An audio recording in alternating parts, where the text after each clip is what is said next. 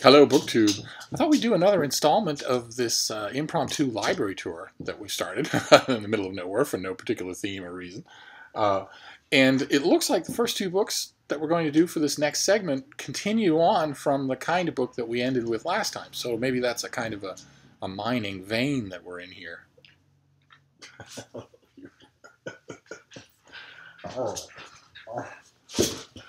And those books are the Viking Portable Library series that started, half a century ago, where an editor was chosen and given a remit, an author, a time period, a type of writing, and they selected an anthology. They built an anthology along that theme, and they're really good. A lot of them are really, really good. There's no Viking Portable Puppy edition. The first one we've got here is a great one. It's the Viking Portable Victorian Reader. This is edited by Gordon Haight, and it's a wide variety of Victorian writers, the greatest era of writing. Of all the disciplines, that's a neat thing about this. It's not just fiction and poetry. It's all kinds of things, all kinds of nonfiction, all kinds of inquiry of every kind. We've got, Friedrich Engels, Charles Darwin, Thomas Carlyle, in addition to inevitables like George Eliot. So it's a lot of fun. And something I go back to. I wish that it were slightly stronger to be reread. And then the next one is another great one. It's the Viking Portable Thoreau, which has pretty much everything that Thoreau wrote. This one's edited by Carl Bode, or Bodie. I don't know him at all. But I have gone through mine a million times, and I have lots of other Thoreau editions. I love this one. For some reason, I love these Viking Portables. And I believe, if we continue, that there are lots more of them. We'll have to see. But the next one is not a Viking Portable. It also is a continuation, though, of something that we saw before. It's these old Pelican Gospel commentaries. This one is St. Mark, the Gospel of St. Mark. And I love these things. This is by D.E. Nynam. And they're... Usually the authors aren't anybody whose work I've ever seen anywhere else, but I love the commentary. So detailed and so fascinating. And they go through their target Gospels verse by verse. So you get the most minute detail in terms of understanding what you're reading.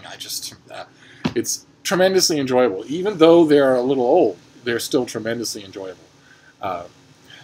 Every factor is against me in this video. The puppy wants to play. I'm bleeding from shaving. There's a malfunction in the heating unit in this room that's making that airplane engine noise.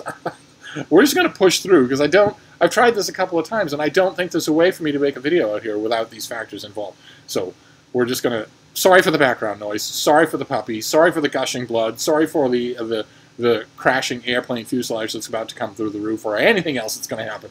We're just going to push on, because I can't keep doing this. So our next one is another classical work. This is the old Oxford World Classics, these yellow-spined World Classics. This is the Poetic Edda, the second half of Norse mythology's text, the Poetic Edda and the Elder Edda, that are the source materials, the collected source materials of a lot of Norse mythology, and they make wonderful reading. They're full of stories that have really been told many, many times. And the reason this is translated by Carolyn Larrington, and the reason that I got a lot of these Norton Criticals, or not Norton Criticals, these Oxford World Classics, was for the supporting material, the introduction, the notes, that sort of thing. Because a lot of them were exceptionally good. This is one that was exceptionally good. This is a perfect case where I have gone back to the book. I've gone back to it mostly not for its own text, but for the notes and commentary by a learned scholar. And this, as you can see on the cover, that is Odin on his 8-legged horse. Which we briefly get a glimpse of in the Marvel Comics movie, Thor. Then the next one is another Oxford World Classics, in this case a real classic. This is Jason and the Argonauts. This is Jason and the Golden Fleece by Apollonius of Rhodes. The Argonautica, a very slim thing, a very slim ancient Greek work, but so good to read, so entertaining. This is why it's been rewritten in prose form by so many writers so many times. I've often flirted with doing that myself, because it's a prototypical Justice League. All of the people that Jason assembles, with the exception of himself, have superpowers. His officer class, as it were, has superpowers. They're all remarkable beings.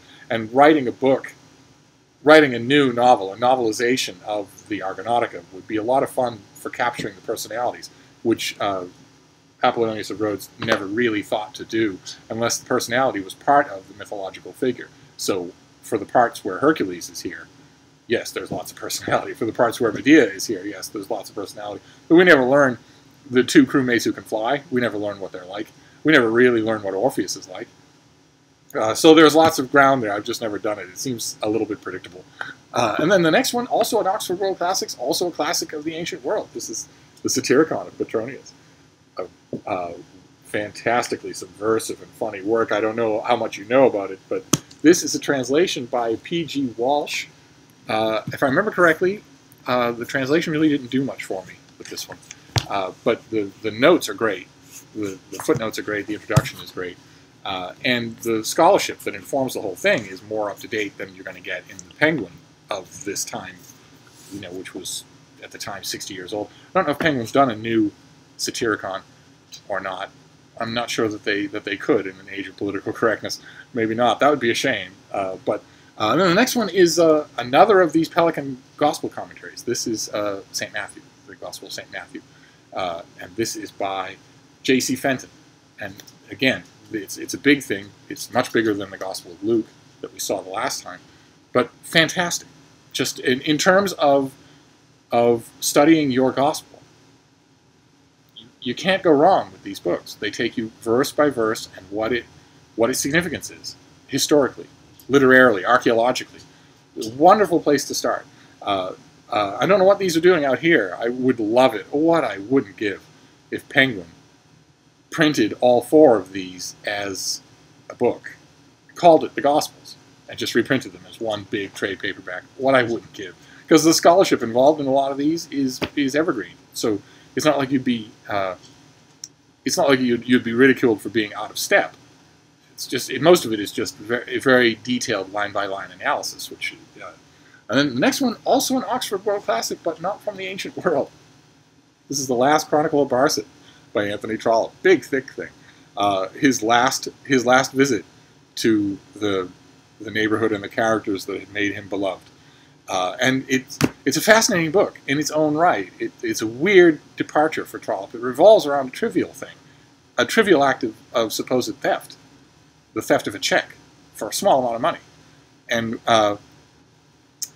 we don't know what's going on. I remember the first time I read it, years and years and decades ago, I didn't know what was going on. It was one of the only times, usually the feeling that you get with Trollope is the exact opposite of that. Usually when you start a Trollope novel, you know exactly what's going on. In fact, it's a definite feeling of ease. You relax because you know what's going on, and you just want to hear him do it. You just want him to tell you stories. But with the Last Chronicle, you don't know what he's getting at. even a good portion of the way through the book, you don't know what he's getting at. You don't know what's going on, and that's a fascinating feeling with an author like Trollope. And also, I won't spoil anything for you, but there's a female character that goes. She stars in all of these books. She's the one that everybody knows. She's the one that everybody remembers, and she's the one that everybody loves to hate. And by the time of the Last Chronicle, you're just waiting for somebody to tell her off. And when it happens in this book, it's worth the wait. And then the last one. This will be the last one for now in this pig's breakfast of a video. You can't hear me over the grinding, malfunctioning heating unit. I'm bleeding on camera. The puppy's going nuts.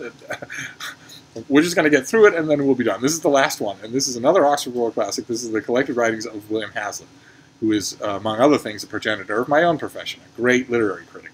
And lots of other things, too. And this edition is edited by John Cook, and if I remember correctly, it's fantastic. It collects a lot of his stuff and has really, really spirited commentary.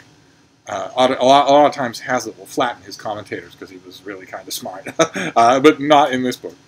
So there you go. That is the next installment in this impromptu library tour. I don't know when we're going to go back. There's plenty more books to do here, but I'm not going to go through this.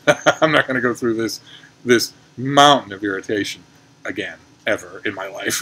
So I will look around for a day that is warm enough so that the heating unit doesn't need to come on, and in which the puppy is preoccupied or is feeling a little less manic, and in which I'm not bleeding, and in which there's a whole bunch of other things that aren't going wrong. I will look around for a day like that, and we will return to this. But in the meantime, we got a heaping helping of the ancient world and the Victorian era, and you can't go wrong there. So I'm going to sign off for now, and I'll see you soon. Thank you, BookTube.